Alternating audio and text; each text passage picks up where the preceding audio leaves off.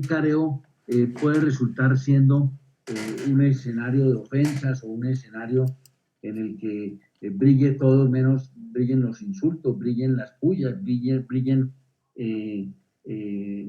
las indirectas y que no salga a relucir la verdad.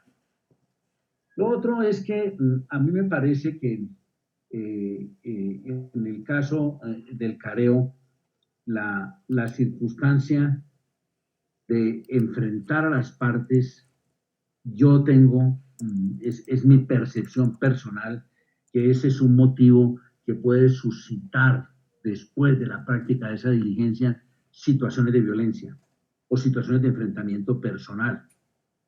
Yo no he visto hasta ahora, en lo que lleva vigente el Código General del Proceso, que haya un juez que siente a las partes hacer un careo, y eso me parece que está bien, que los jueces miren con desdén esa práctica de la prueba del careo. Pero ya tengo noticia, en dos circunstancias, en un pleito en Cali y otro pleito en Medellín, donde las partes, después del careo, donde se dijeron de todo, menos la verdad, el juez terminó convertido en una especie de psiquiatra, tratando de decirle a las partes que se calmaran, que tuvieran mesura, etcétera. Y claro, cuando la gente ya está litigando y está enfrentado a una circunstancia de tener que perder un interés, sus controles, sus resortes para evitar una situación complicada son menores. Pues bien, este caso, en esos dos procesos que les menciono, ocurrieron exactamente lo mismo. Salieron de la diligencia y en los pasillos del propio juzgado, unos y otros abajo, en la antesala de ingresar al edificio, terminaron yéndose a los puños. Esa situación de acaloramiento, pues obviamente, a menos que el juez haga lo que hacen en los estadios, cuando hay los clásicos, que primero salen los del equipo visitante y a los 10 minutos salen los del equipo local para evitar justamente que haya ese tipo de enfrentamientos. Eso puede que pase en el fútbol, pero no puede pasar en el escenario civilizado de provocar que las controversias se resuelvan en los estados judiciales. Bien. Otro punto que me parece a mí importante, y esto es lo que realmente es controversial en materia de la prueba de interrogatorio de parte, es esa discusión que todavía se está dando acerca de que en el Código General del Proceso se estableció la posibilidad de que una parte pida su propia declaración. ¿De dónde viene esta apreciación, de dónde viene este ejercicio? Los que sostienen esta tesis dicen que en el Código General del Proceso se estableció una reforma en virtud de la cual la parte puede pedir ser oída en su propia declaración. Quienes sostienen esa tesis argumentan que como el artículo 198 del Código General del Proceso, que fue el que reformó los artículos 202 y 203 del Código de Procedimiento Civil, no reprodujo el inciso primero del artículo 203 en el que se decía, repito el planteamiento, los que sostienen esta tesis dicen, es que como el artículo 198 del Código General del Proceso, que reformó los artículos 202 y 203 del Código de Procedimiento Civil, no reprodujo el inciso primero del artículo 203 del artículo del Código de Procedimiento Civil, en el que se decía que dentro de las oportunidades señaladas para pedir pruebas en la primera instancia, cualquiera de las partes podrá pedir la citación de la contraria a fin de interrogarla sobre hechos relacionados con la controversia. Fíjense ustedes que el planteamiento dice, como esta norma se suprimió, esta disposición del artículo 198, el artículo 198 no incluyó esta disposición que apuntaba a decir que cualquiera de las partes podrá pedir la citación de la contraria. Entonces se estructura una tesis según la cual entonces ya la parte no tiene que pedir el interrogatorio de la parte contraria, sino que puede pedir el interrogatorio propio. Entre otras cosas porque se dice que la norma habla de la confesión y la declaración de parte. Yo tengo que decir lo siguiente frente a eso. En mi libro de procesos declarativos, arbitrales y ejecutivos hago una amplia explicación de ese tema, que además lo he debatido ampliamente en muchos foros. Yo he dicho que esa postura es absolutamente inadmisible. Los que sostienen esta tesis dicen que es que como ahora estamos en el reino de la oralidad, entonces en el reino de la oralidad, las partes tienen derecho a pedir ser oídas. Y ese es un argumento con el que yo no puedo estar de acuerdo, porque parecería plantear la inquietud de que una parte, de que hoy las partes tienen derecho a ser oídas, como si en el Código de Procedimiento Civil no hubieran tenido también la misma oportunidad de ser oídos. Es decir, el planteamiento es bastante sofismático o sofístico, porque ahorita dicen, no, es que como estamos en el reino de la oralidad, eso significa que la parte tiene que ejercer un derecho humano consistente en que lo dejen expresarse libremente en una audiencia. ¿Y quién dijo que eso no era así en el Código de Procedimiento Civil? Una parte tiene el derecho a expresarse. ¿Cómo se expresan las partes? En el momento y a través de los mecanismos procesales que la ley ha previsto. La demanda, el demandante, en el traslado para pedir las excepciones, el demandado en la oportunidad para contestar la demanda. Y cuando concurren a absolver los interrogatorios de parte pedidos por sus contrapartes, tienen la plena oportunidad de expresarse. Entonces, yo a qué conclusión he llegado con este punto que me parece de la mayor importancia. Es cierto que el artículo 165 del Código General del Proceso, cuando enlistó los medios de prueba, a diferencia de lo que hacía el artículo 175 del Código de Procedimiento Civil, ese artículo solamente se refería a la declaración de parte como uno de los medios probatorios. Ahorita en el artículo 165 se habla de la declaración de parte y la confesión. Y entonces, sobre ese presupuesto, con base en ese planteamiento, aquí se ha dicho que una cosa es el medio de prueba, declaración de parte, y otra es la confesión. Y yo creo que ese no fue el sentido de haber incluido en el artículo 165, además de la expresión declaración de parte que estaba en el artículo 175 del Código de Proceso Civil, haber incluido lo relativo a la confesión. No es que se trate de dos medios de prueba, como algunos lo quieren mencionar, la declaración de parte y la confesión. No, la declaración de parte y la confesión es un único medio de prueba. Lo que sucede es que la declaración de parte unas veces termina en confesión y otras veces no. Pero eso no quiere decir que sean dos medios de prueba distintos. Cuando Pedro llama a Juan a un interrogatorio de parte y en ese interrogatorio de parte confiesa, fue un interrogatorio de parte, una declaración de parte en la que hubo confesión. Pero si Pedro llama a Juan a que absuelva un interrogatorio de parte y no confiesa, eso no es un medio de prueba distinto, es el mismo medio de prueba de la declaración de parte, solo que quien lo absolvió tuvo el buen cuidado de no autoincriminarse. De suerte que yo he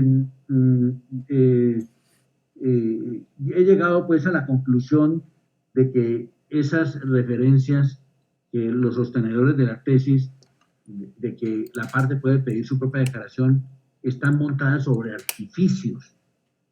Yo he dicho lo siguiente: yo no es que me oponga a que una parte pida su propia declaración. Yo lo que creo es que la manera en la que los jueces y los abogados tienen que concurrir a absolver sus posiciones en un proceso tienen que estar definidas expresamente en la ley. Nuestro sistema de derecho es ese. Los jueces y los abogados hacen lo que está previsto en la ley. Y si uno mira detenidamente el Código General del Proceso con estas normas que se le he dicho, el artículo 165, el artículo 198 del Código General del Proceso y todas esas normas, en ninguna parte se dice de manera clara e inequívoca que la parte puede pedir su propio interrogatorio. En ninguna parte se dice eso. Y entonces los contradictores de esta tesis mía con la que yo creo que buena parte del país ha entendido que esa posibilidad no está prevista en la ley y que por lo tanto no le es dable a una parte pedir su propia declaración, entre otras cosas, porque es que si aceptamos que una parte pueda pedir su propia declaración, en ella, en esa declaración, esa parte podría aprovechar para introducir una cantidad de elementos que la ley le dice que los tiene que introducir en la demanda o en la contestación de la demanda, no en ese interrogatorio de parte, porque ese interrogatorio de parte es azaroso, es obviamente un instante en la práctica de las diferentes diligencias. Pero fíjense ustedes que en ese azaroso esfuerzo de tratar de decir que los artículos 165 y 198 del Código General del Proceso establecieron la facultad para que una parte pida su propia declaración, ustedes lo leen, y yo sé que lo han hecho, en ninguna parte de esas dos disposiciones se dice claramente que las partes puedan pedir su propia declaración. Y entonces, los que están en contra de mis apreciaciones dicen, pero es que el doctor Bejarano se le olvida el artículo 10 de la Declaración Universal de los Derechos Humanos, el cual dice que toda persona tiene derecho en condiciones de plena igualdad a ser oída públicamente y con justicia por un tribunal independiente e imparcial para la determinación de sus derechos y obligaciones o para el examen de cualquier acusación contra ella en materia penal. Entonces dicen, al doctor Bejarano se le ha olvidado el artículo 10 de la Declaración Universal de los Derechos Humanos que contempla el derecho de toda parte de poder ser oída públicamente.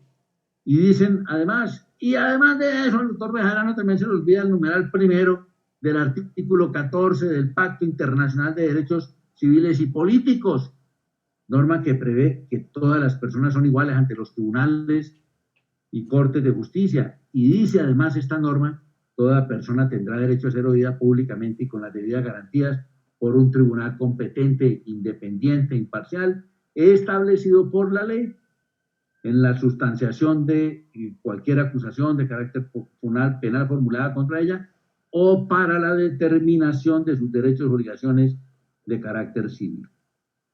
Y entonces, además, dicen que el numeral octavo del artículo, el numeral primero, perdón, del artículo octavo de la Convención Americana sobre Derechos Humanos, el Pacto de San José, dicen es que ese pacto que es sobre las garantías judiciales establece toda persona tiene derecho a ser oída con las debidas garantías y dentro de un plazo razonable por un juez o tribunal competente, independiente e imparcial establecido con anterioridad por la ley en la sustanciación de cualquier acusación penal y además o para la determinación de sus derechos y obligaciones de orden civil, laboral, fiscal o de cualquier otra naturaleza. Y entonces, este discurso que está montado sobre el tema de los derechos humanos, me ponen a mí prácticamente como un violador de los derechos humanos, porque es que resulta que yo he dicho que la parte no puede pedir su propio interrogatorio. Entonces, cuando se hace pues el estudio del tema, dicen, no, ahí está la Declaración Universal de los Derechos Humanos, el Pacto Internacional de Derechos Civiles y Políticos y el Pacto de San José, que en todo se dice que la parte tiene derecho a ser oída públicamente. Luego Bejarano está equivocado porque la parte sí tiene derecho a pedir su propio interrogatorio. Ese es un argumento artificioso, por no decir que mentiroso, para no decir la real expresión de la palabra. ¿Por qué? Ninguna de esas disposiciones que les he mencionado, de esos estatutos multilaterales, indican o sugieren que en asuntos civiles la única manera de que una parte sea oída públicamente es si pide su propia declaración para que se le reciba como si fuera un tercero. En ninguna de esas disposiciones que les he mencionado se dice que la única manera en que una parte puede concurrir a ser oída públicamente es si pide su declaración. No dice, en ninguna parte dice eso. Y entonces, aquí viene otro argumento que es el siguiente. Ahora, el doctor Jairo Parra y el doctor Ulises Canosa son los que han venido con el cuento de decir, y el doctor Marco Antonio Álvarez, es que aquí se violan los derechos humanos, etcétera, etcétera. Y entonces yo tengo que sacarles un argumento de naturaleza histórica, que es lo siguiente. Todos ellos se desgañitan para reconocer el aporte que le hicieron al derecho procesal, tanto el doctor Hernando de Echandía como el doctor Hernando Morales Molina, en lo que coincidimos, por supuesto. Y entonces pregunto yo, ¿y si entonces en el Código de Procedimiento Civil, que estuvo vigente hasta el año 2012, no se establecía el derecho de una parte para pedir su propio interrogatorio? ¿Qué quiere decir eso? Que los doctores Morales, Molina y el doctor Carlos Ramírez Arcila y todos esos profesores que estuvieron detrás de la elaboración del Código de Procedimiento Civil eran unos violadores de los derechos humanos. Por supuesto que eso es un disparate mayúsculo. Entonces tendríamos que decir, miren, aquí el Código de Procedimiento Civil que hicieron Morales, que hicieron Davis, que hicieron el doctor Ministrosa, que hicieron todos ellos, es un código que violaba los derechos humanos porque no permitía que la propia parte pudiera su interrogatorio. Nadie se le ocurre sensatamente ir a sostener esa tesis. ¿Por qué? Por una razón, porque las partes, tanto en vigencia del Código de Procedimiento Civil como ahora, siempre han tenido una oportunidad de expresarse públicamente. ¿Quién ha dicho que los interrogatorios de parte que se realizaban en el Código de Procedimiento Civil eran en audiencia secreta o reservada? No, era una audiencia pública con la asistencia del juez y de la contraparte. Bueno, pero ustedes dirían, bueno, aquí hay una discusión sobre si el artículo, de los artículos del Código General del Proceso dijeron eso o no dijeron. Está dicho que en ninguna parte del Código General del Proceso estableció que la parte podía pedir su propia declaración. Pero hay además un argumento que no han podido refutar, que es el siguiente. Cuando ustedes miran, recuerden lo que les he dicho, que el argumento, toda esa pelotera deviene porque en el artículo 198 se suprimió esa parte que dice que el interrogatorio de parte, una parte podrá llamar a la parte contraria. Esa parte se suprimió del artículo 198. Entonces, sobre ese presupuesto es que han dicho, como ya no tiene que ser el interrogatorio frente a la parte contraria, eso significa que la parte puede pedir su propio interrogatorio. Además, porque el código dijo que hay un medio de prueba que se llama declaración de parte y otro medio de prueba que se llama confesión, como si fueran dos medios de prueba distintos. Bueno, pero se les olvidó un detalle que es obviamente el que los deja en una situación bastante comprometida, que es la siguiente. Cuando se mira el Código General del Proceso y se lee la norma que establece la posibilidad de adelantar el código, el interrogatorio de parte extraprocesal o anticipado, como lo llamábamos antes, allí en esa disposición se dice que ese interrogatorio de parte extraprocesal es el que solicita una parte a su contraparte o a su presunta contraparte. Entonces miren ustedes la tamaña confusión que se ha creado con esto, porque tienen que admitir entonces dos cosas.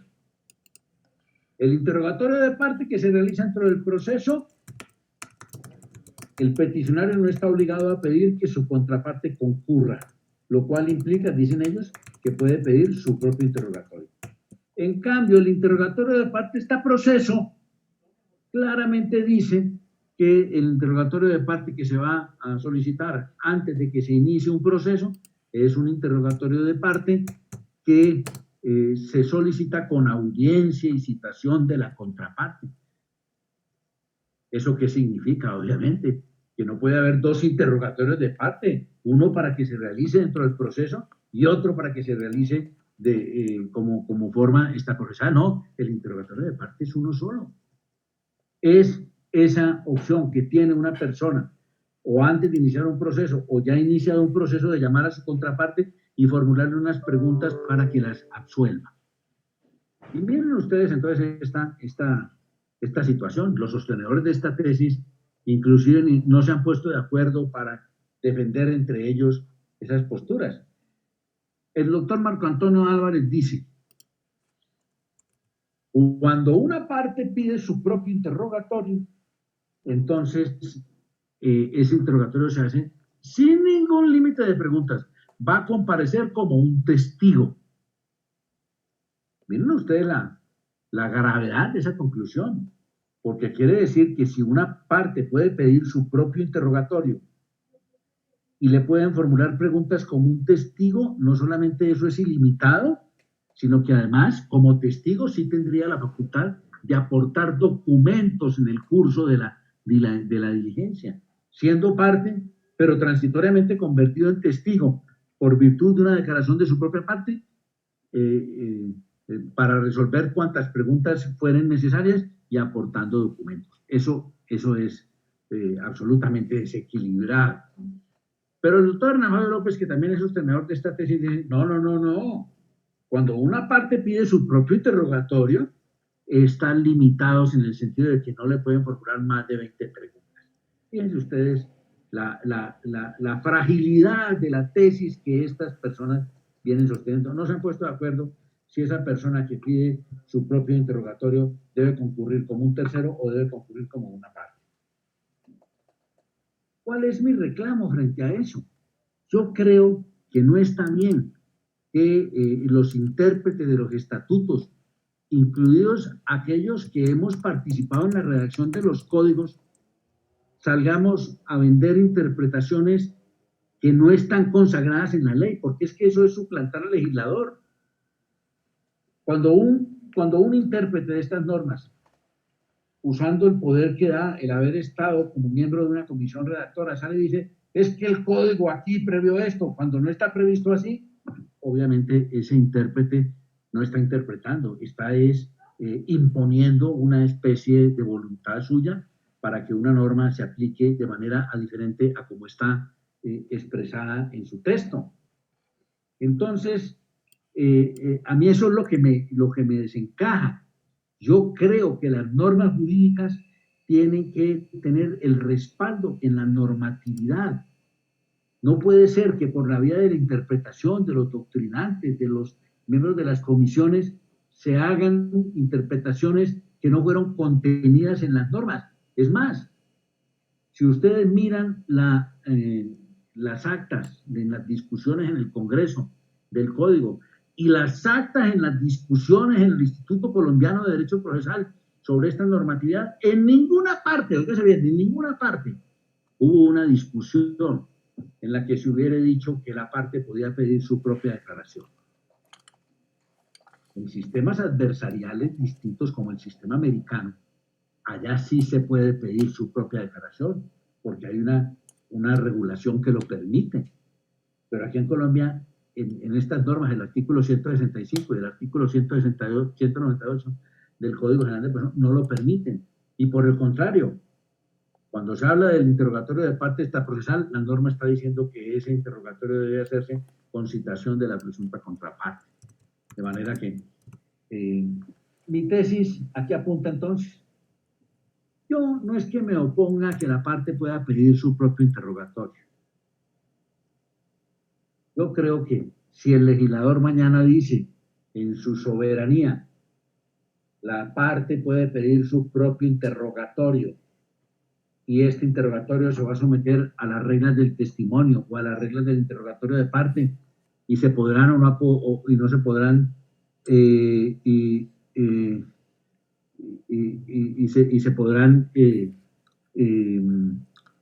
aportar o no se podrán aportar documentos, entonces en ese evento yo creo que se ha expresado la voluntad política que debe expresarse, que es la del Congreso. Y entonces termino este punto que es tan controversial, diciéndole a los jueces, abogados, estudiantes, les he dado pues las dos tesis que hay sobre este punto y las razones por las cuales yo no comparto buena parte de esa postura. Pero les digo lo siguiente, en la reforma que se está estudiando a la ley 1563 del año 2012, que es el estatuto arbitral, que es el código que es el estatuto, que es el estatuto arbitral, expedido el mismo día en el que se expidió el Código General del Proceso. Ahora, frente a ese estatuto, se está adelantando una reforma legal, que ya está en el Congreso. Yo he estado participando de algunas de esas mesas de deliberación sobre el estudio de este proyecto de ley. Y entonces, cuando se tocó este punto, porque obviamente los árbitros que no son expertos en derecho procesal han tenido con esto una cantidad de dificultades. Y yo les propuse, hombre, si de verdad queremos que en el proceso arbitral la parte pueda pedir su propio interrogatorio, pues digámoslo, que lo diga el legislador. Y entonces allí en ese estatuto, todavía no está vigente, oígase bien, no vayan a salir a decir que yo les dije que ya se había reformado esa norma, porque no es así. Lo que les estoy diciendo es que en el estatuto, en la reforma del estatuto arbitral que está en curso en este momento, se ha introducido una norma en la que se dice más o menos lo siguiente: la parte podrá pedir su propio interrogatorio, se someterá a las reglas, ese testimonio, esa declaración que dé la propia parte se someterá a las reglas del testimonio, pero el declarante no podrá aportar documentos. Eso, si el legislador lo aprueba, obviamente allí sí habría lugar para decir que la parte puede pedir su propio interrogatorio. No solamente en los procesos arbitrales, sino que en virtud del artículo 12 del Código General del Proceso habría que decir que como esa misma reglamentación no quedó tan clara en el texto del Código General del Proceso, entonces allí había un vacío y que los vacíos se llenan cuando haya normas semejantes. Yo creo que si esa norma se logra introducir y se logra aprobar en el estatuto arbitral, el problema se va a solucionar, pero se va a solucionar con legitimidad. No es que los intérpretes de los códigos vengan a decir qué fue lo que no dijo el código, el legislador, sino que los intérpretes partan del supuesto de las normas que están expresamente consagradas. Conclusión frente a este punto. Yo sigo sosteniendo que mientras no haya una reforma sobre este punto, la parte no puede pedir su propio interrogatorio. Es más, hoy es un peligro pedirlo, porque no se sabe si ese interrogatorio que pide la propia parte se somete a la regla del testimonio y puede aportar documentos, o si se somete a las reglas del interrogatorio de parte. Fácil es entender que si se va a hacer un interrogatorio a un testigo, las preguntas son limitadas, pero si se va a hacer un interrogatorio a quien es parte, el número de preguntas está limitado a 20, por lo menos en los procesos verbales. Entonces yo creo que esa quimera de pretender que se pueda decretar el interrogatorio de la propia parte, hoy en día no tiene ningún respaldo. Ya les he dado suficientes motivos para eso. Esa es mi tesis. Ustedes pueden escoger entre esa tesis o la tesis equivocada de mis buenos amigos, el doctor Parra y el doctor Hernán Fabio y el doctor Canosa. Bien. Ahora me voy a ocupar de un tema que sé que también es muy controversial. Claro, en materia de pruebas ha habido una cantidad de cosas importantísimas. Por ejemplo, el tema de que el dictamen pericial provenga por lo general presentado por las partes. Inclusive en el proceso verbal sumario, el dictamen pericial se ha establecido como un medio de prueba para sustituir aquello que debe aprobarse como por vía de una inspección judicial. En materia de la inspección judicial, ustedes lo saben, el Código General del Proceso lo que pretende es que en la medida de lo posible los jueces no tengan que salir de su despacho a practicar diligencias y que la parte que tenga que probar un hecho, que tenga que acreditarlo por la vía de una inspección judicial, lo haga acudiendo a grabaciones, a fotografías, etc.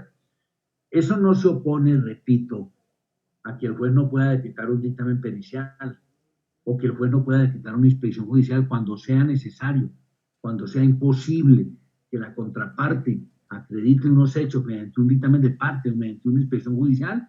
Entonces en esos eventos no existe ningún impedimento para que lo haga. Pero me ocupo del tema, obviamente, el tema de la carga dinámica de la prueba, que es una disposición muy importante que finalmente vino a recoger lo que estaba establecido a nivel de jurisprudencia.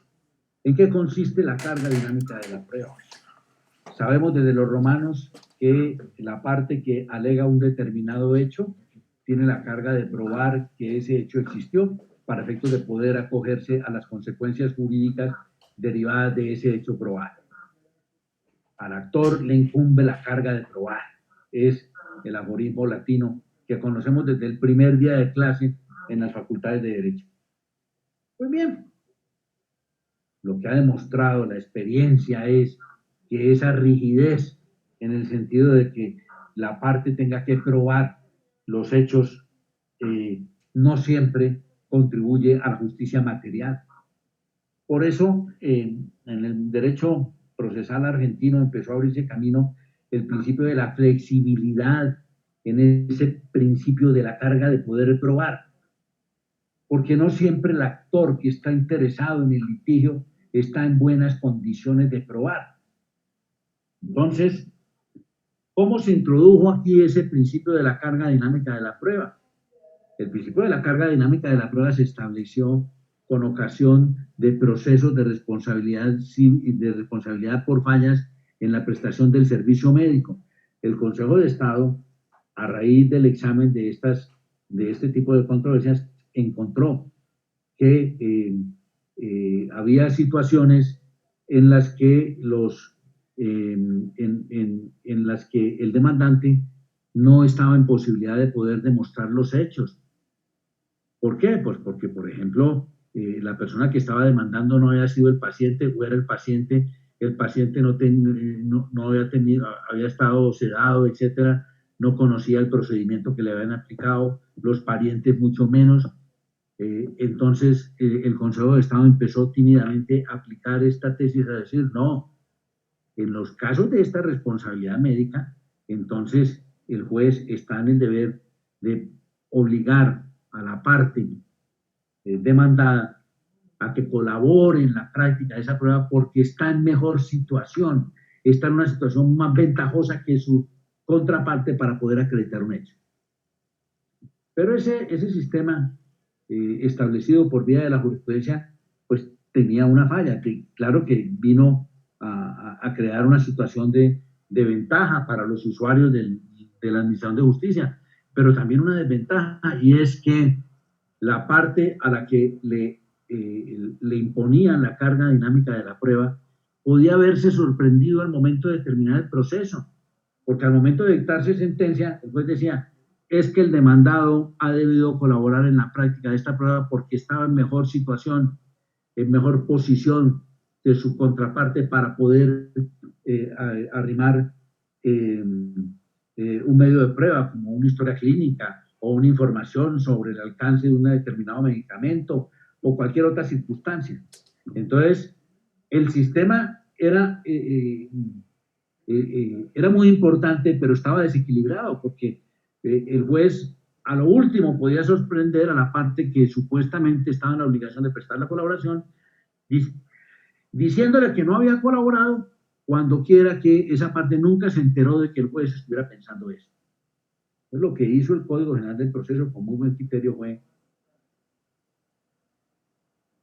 señalar, no, cuando se vaya a acudir al principio de la carga dinámica de la prueba, el juez tiene, al momento que decreta la prueba o cuando se está practicando, no solamente cuando se decreta, sino cuando se está practicando, decir claramente a cuál sujeto procesal le corresponde prestar esa colaboración para el recaudo del medio probatorio.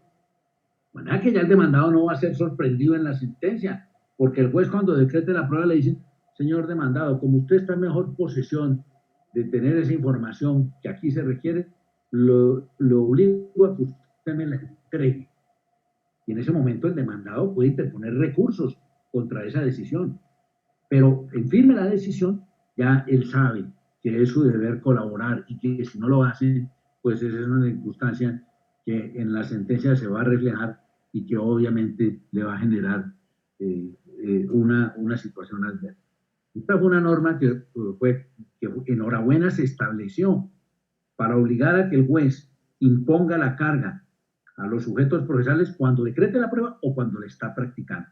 Con eso, repito, no se sorprende a la contraparte que llegue a imponérsele una carga de probar algo. Y lo último que quiero referir en este tema de los aspectos controversiales es al medio de prueba que aparentemente es nuevo, que se llama la prueba por informes, que está previsto en el Código General del Proceso, y que cuál es la finalidad de la prueba por informes, que está previsto en los artículos 275 a 277 del Código General del Proceso. Y tengo que decir lo siguiente. Hay algunos que sostienen que la prueba por informes fue inventada exclusivamente por el Código General del Proceso, y allí hay una inexactitud. Porque ahorita, como lo vamos a ver, la prueba por informes existe desde antes.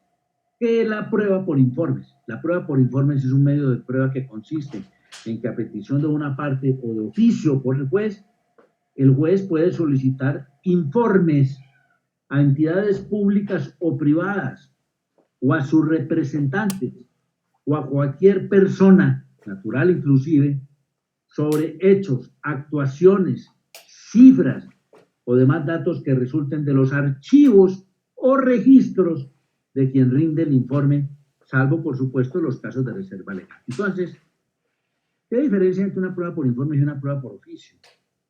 En la prueba por oficio se le puede pedir a una entidad o a una persona cualquier documento. En la prueba por informes lo que se busca es que se alleguen esos documentos que hagan parte de los archivos o registros del destinatario de la correspondiente petición. Esos informes se entienden, cuando se piden por el juez, se entienden rendidos bajo la gravedad del juramento. Entonces, cuando el juez decrete una prueba de informes, lo debe hacer en forma precisa, definiendo el objeto y el plazo para que se rinda. Si hay una demora en rendir el informe, se puede imponer una sanción de orden económico. Una vez rendido el informe, que es, repito, exhortar al juez para que le pida una parte que remueva sus archivos y registros y envíe esa información, recibida esa información, el juez corre traslado por el término de 3 días a la contraparte para que se pronuncie. Y entonces aquí es muy importante tener en cuenta varios elementos. Lo primero es, la prueba por informes no es la prueba de informes, sino la prueba por informes, que repito, es la que está dirigida a que se escarben los archivos y registros de una entidad o de una persona para que entregue esa información, salvo que esté sujeta a reserva legal. Si ustedes miran el artículo 28 de la Ley 472 de 1998, que es la norma, una norma que está prevista sobre los procesos de acciones populares y de grupo, en ese inciso final, inciso tercero de ese artículo 28 se dice, que tiene que ver con temas de pruebas, dice, también podrá el juez ordenar a las entidades públicas y a sus empleados rendir conceptos a manera de peritos o aportar documentos u otros informes que puedan tener valor probatorio. Esta fue una primera aproximación a la prueba por informes, que no es exactamente igual a la del Código General del Proceso, porque el Código General del Proceso, repito, implica pedir informes en relación con los archivos o registros. Entonces, esto surge de la necesidad de que una parte pida unos informes que están en poder de la contraparte. Y entonces aquí viene un aspecto que vale la pena mencionar, que es lo siguiente. Hay un artículo que es el artículo 78, numeral 10 del Código General del Proceso, que yo creo que ha creado más dificultades que soluciones. Esa norma dice que una parte, cuando pretenda utilizar un documento que hubiera podido solicitar por la vía del derecho de petición, lo tiene que pedir. Y al juez le dice el código, usted debe abstenerse de decretar como prueba que se alleguen documentos que la parte debió haber obtenido por la vía del derecho de petición, a menos que le hayan negado la entrega del respectivo documento. Entonces la pregunta es, quiere decir que una parte cuando va a utilizar, va a acudir al medio de la prueba por informes, tiene que haber acudido al ejercicio del derecho de petición. Yo creo que no, por una razón, porque es que ese artículo 78 lo que obliga es a que la parte obtenga el documento que va a aportar para los fines de poderlo aportar dentro del proceso. En cambio, en la prueba por informes, el que está aportando el documento es la entidad a la cual se le pidió el documento. El peticionario lo que le está diciendo es, envíe esta información que tiene que ver con sus registros. Yo he creído que esa disposición de obligar a la parte a que tenga que manifestar si previamente, bajo el amparo del derecho de petición, que está pidiendo un documento, so pena de que si no lo hace no lo puede hacer valer, ha generado una cantidad de conflictos. Los jueces en eso, entonces, terminan diciéndole a los apoderados, usted no pidió ese documento por la vía del derecho de petición, luego aquí no lo puede venir a pedir. Yo creo que es una sanción muy grave, porque la norma lo que le dice al juez es, usted absténgase de quitar como prueba unos documentos que debieron haber sido aportados, pero eso no implica una prohibición general para que el juez se niegue a decretar y practicar la prueba. La prueba por informes tiene una importancia mayúscula y es que tiene la requisitoria de que la parte debe manifestar cuál es el documento o los documentos o cuál es el archivo del cual debe extraerse el respectivo documento que debe ser aportado por esa parte. Y una vez que se aporte ese documento por quien respondió a la prueba por informes, ese documento se entiende prestado bajo la edad del juramento, ese informe, perdón, se entiende prestado bajo la edad del juramento, lo cual implica una responsabilidad mayúscula de quien rinde el informe. Y la parte que pidió el informe, que le llegó el documento, se le corre un traslado dentro de los 3 días, dentro de los cuales puede pedir adición, puede pedir complementación de ese informe, o lo que considere que haga falta de ese respectivo informe. Bien, doctores, me dijeron que hablara unos minutos, veo que ya me estoy acabando la hora y que hay que oír unas preguntas. Les agradezco mucho la atención de haberme oído y estoy a disposición para las preguntas que ustedes consideren que yo pueda resolverles. Muchas gracias. Doctor Bejarano, pues muchísimas gracias por su intervención, por esta conferencia magistral para nuestros antiguos alumnos, aspirantes a nuestros cursos de posgrado, a nuestros egresados que llegaron al número de casi 500 personas conectadas. Doctor Bejarano, para nosotros es un verdadero placer. Yo quiero reiterarle mi gratitud y también la gratitud a las más de 500 personas que se inscribieron a nuestro ciclo de conferencias nacionales. Mil y mil gracias, doctor Bejarano. Y le vamos a dar la palabra a la doctora Diana, quien ha estado recolectando las preguntas que nuestros queridos participantes hicieron a través del mecanismo. Y pues démosle paso entonces a las preguntas. Muchas gracias.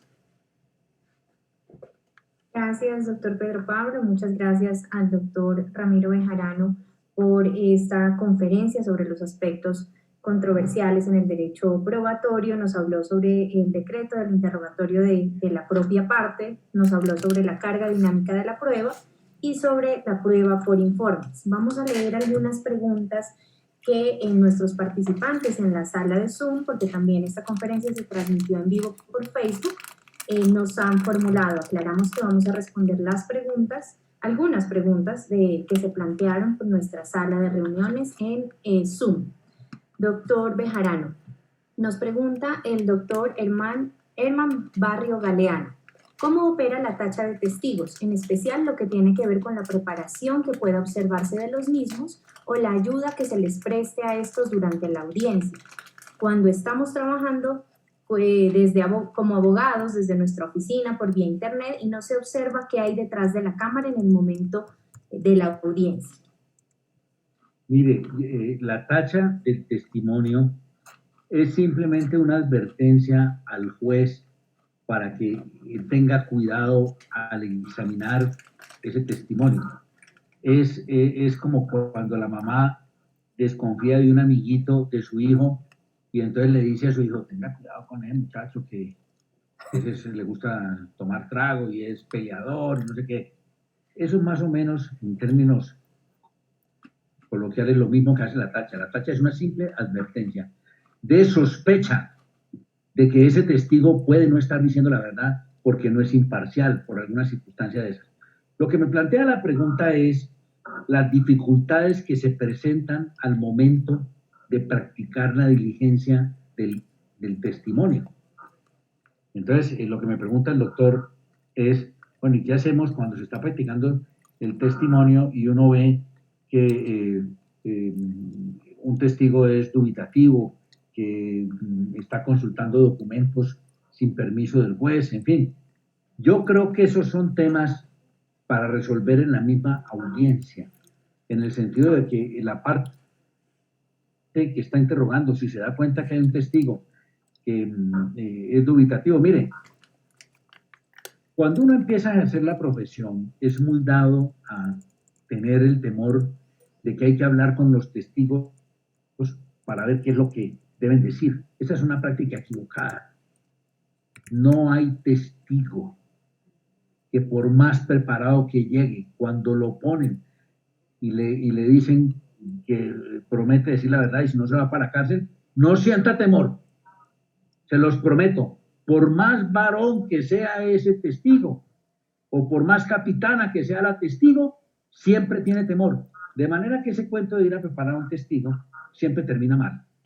Eso es como cuando uno se aprende una lección de memoria y le preguntan una cosa que no la tenía prevista y todo el castillo argumentativo se viene abajo. Yo creo que cuando la parte advierte que en el curso de la diligencia del testimonio están sucediendo esas cosas irregulares, el juez, la parte, lo que debe decir es, señor juez, mire, este señor no está rindiendo un testimonio espontáneo, porque el testimonio tiene que ser espontáneo.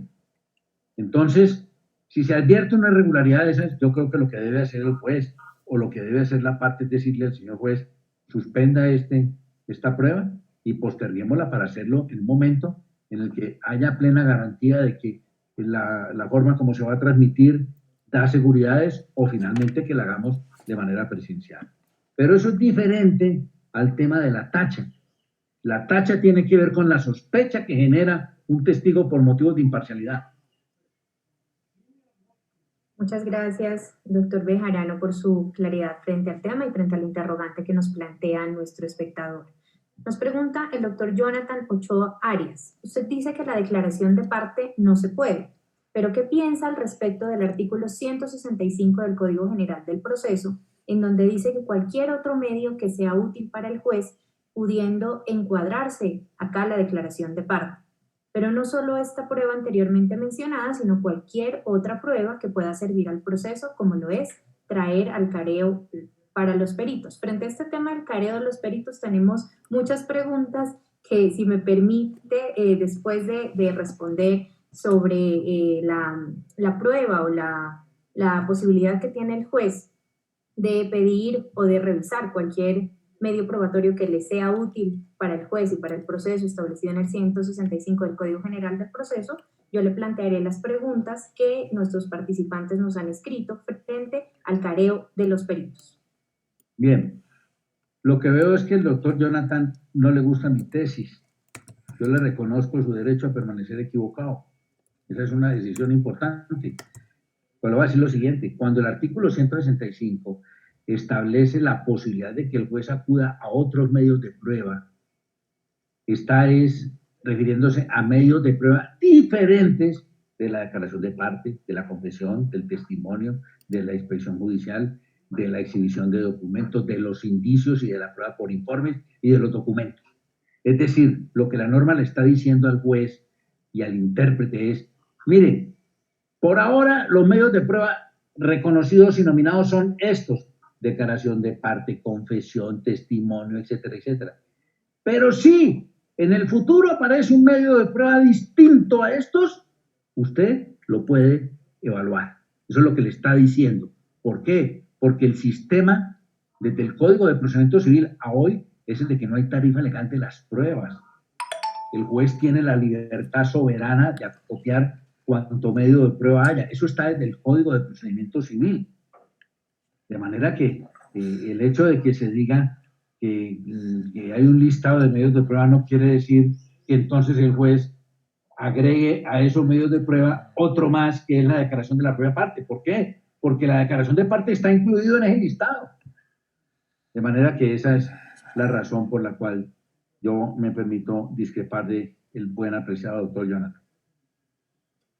Gracias, doctor Bejarano. Nos pregunta la doctora María de los Ángeles Mesa, aunque aclaro que hay muchas preguntas relacionadas con el tema. ¿La contradicción de un dictamen pericial puede realizarse mediante el careo? Es decir, que el careo se haga entre dos peritos. Sí, yo creo que sí. Yo creo que es perfectamente viable, porque aun cuando el careo está solamente autorizado para el interrogatorio de parte, yo creo que en la contradicción del dictamen, la contradicción del dictamen es ese escenario judicial que acabó con la objeción por error grave del dictamen, el trámite de la objeción grave. No es que hoy no se pueda objetar por error grave un dictamen, claro que se puede objetar por error grave, lo que no hay es el trámite de la objeción por error grave. Entonces, el juez de oficio o la parte contra la que se presentó un dictamen pericial piden que concurra ese perito de la contraparte y la otra parte dice aportó otro dictamen pericial y su contraparte pide que vayan ambos peritos. Entonces, el juez está en una diligencia de contradicción de dictámenes periciales. Hay dos peritos con dictámenes periciales enfrentados. Entonces, ¿qué es lo que tiene que hacer el juez? Y la otra parte va a preguntarle a un perito, de acuerdo con las normas que dicen aquí, inclusive le puede hacer preguntas asertivas, diga cómo es cierto sí o no, se le puede preguntar a un perito por la contraparte. Entonces la pregunta me dice, ¿y puede carearnos? Yo creo que sí, porque el juez le puede decir, a ver, señor perito, usted dice que aquí se presentó esta circunstancia. ¿Por qué lo dicen? Ah, entonces el perito se extiende en su explicación. Entonces enseguida el juez le dice a otro perito, señor perito, usted tiene una conclusión diferente. ¿Qué tiene que decir frente a lo que dice su oponente, su perito oponente? Eso es un careo, ponerlos cara a cara. Yo creo que eso hace parte de una contradicción franca, abierta y segura. Gracias, doctor Bejarano. Nos pregunta la doctora Flor María Monterrosa. En virtud de que la parte no puede solicitar su propio interrogatorio, ¿el juez podría decretarlo de manera oficiosa al decretar y o admitir las pruebas solicitadas o aportadas por las partes? Claro que el juez siempre puede interrogarlo oficiosamente. Por eso lo dije al principio, sin perjuicio de la facultad del juez de decretar oficiosamente el interrogatorio. El juez llega a practicar la audiencia inicial y ninguna de las partes pidió interrogatorio. Eso no implica que el juez no pueda decir, yo voy a interrogar. En ese evento, entonces, el juez puede interrogar. Ahora, hay discusiones sobre si el juez les puede formular preguntas asertivas o no. Hay quienes dicen que no, porque la pregunta asertiva busca una confesión. El juez no busca una confesión, sino informarse de unos hechos que están en poder de una parte. Pero el juez siempre tiene la posibilidad de decretar el interrogatorio. No una, sino muchas veces. Y puede interrogar ilimitadamente. Gracias, doctor. Ya frente a la prueba por informe, nos pregunta la doctora Diana Orozco. Doctor Bejarano, ¿la prueba por informe solo procede contra entidades que sean sujeto pasivo del derecho de petición o, por ejemplo, frente a cualquier entidad privada que pueda ser mi futura contraparte, sin importar si ella era o no sujeto pasivo del derecho de petición? Claro, esa es una gran pregunta. La prueba por informes se puede pedir respecto de una entidad pública o se puede pedir de una entidad particular. Le voy a dar, por ejemplo, este ejemplo. Si se hace un estudiante que fue expulsado de la Universidad de Pasto, por ejemplo, puede pedir como prueba por informes que aporte la Universidad de Pasto todo el reporte de las calificaciones que obtuvo ese estudiante. Y la Universidad de Pasto, pues hasta donde entiendo, es una universidad privada. De manera que, o por ejemplo, se le puede pedir a Bavaria que informe el número de cervezas Club Colombia que fueron enviadas a la región del Patía. Envíenme un informe sobre eso. Esa es una entidad privada, de manera que en ese evento no hay lugar a que tenga que estar sujeto al derecho de petición esa entidad particular. Gracias, doctor. Nos pregunta el doctor Rafael Ángel González. Con ocasión de las cargas dinámicas, se le debe exigir a la parte demandada que pruebe los hechos del nexo causal por estar en mejor posición. Se le puede exigir que pruebe su propia culpa. Esta teoría está confeccionada solo para casos de responsabilidad médica. ¿Qué ocurre si el médico prueba que fue diligente en su desempeño, pero ni él sabe cómo probar por qué el paciente murió? Bueno, aquí son más o menos 5 preguntas relacionadas con el nexo causal y la carga dinámica de la prueba. Mire, no, la carga dinámica de la prueba no está restringida únicamente a los aspectos de responsabilidad médica. Lo que pasa es que el origen en Colombia de haber aplicado el principio de la carga dinámica de la prueba tuvo origen en esos procesos de responsabilidad estatal, estatal por deficiente servicio, falla en la prestación de un servicio de entidades dedicadas a la prestación de servicios de salud. Pero en cualquier asunto, le voy a poner este ejemplo. Si, por ejemplo, estuviéramos en el pleito de Hidroituango, que no tiene nada que ver con el tema médico, bien podría el juez decirle al demandado, mire, como usted fue el calculista de este proyecto, hágame el favor de mandarme los informes preliminares con base en los cuales se hicieron los estudios geológicos, los estudios de suelos, etcétera, etcétera. Y en ese evento, fíjese usted, le está pidiendo informes de un asunto que no tiene que ver, obviamente, con el tema médico. Es cuando el juez aprecie o que la parte le diga, no, la parte que pida que se aplique la carga dinámica de la prueba, lo que tiene que es convencer al juez de que su contraparte está en mejor posición de suministrar la información o de allegar el medio de prueba. Eso es lo que tiene que decir. No tiene que probar nada más. Señor juez, yo quiero que se allegue aquí este medio de prueba. Le comento que yo no estoy en capacidad de poderlo hacer porque eso hace parte de los archivos o de la información que tiene mi contraparte. Y el juez evaluará si eso es plausible o no. Y si le parece plausible, pues va a decretar la carga dinámica de la prueba. Doctor Bejarano, le agradecemos mucho su tiempo, mucho su conferencia y el tiempo que ha destinado para resolver los interrogantes. Hay más de 30 interrogantes en las preguntas y respuestas. Lastimosamente no contamos con el tiempo para responderlas. Vamos a seleccionarlas y eventualmente remitirlas al Departamento de Derecho Procesal. Y con el correo electrónico de las personas nosotros les contestamos. Déjeme decirle que muchas gracias. Veo que hay como 490 personas asistiendo. Me declaro muy satisfecho, muy complacido de haber estado con tanta gente hoy. Y les agradezco mucho a ustedes por esta invitación y, por supuesto, a todos los participantes. Muchísimas gracias y los esperamos en nuestros cursos de especialización y en la maestría de Derecho Procesal que agenciamos en el externado. Son bienvenidos. Muchas gracias. Muchas gracias. A usted, gracias, doctor Bejarano. Muchas gracias y a todos. Muchas gracias.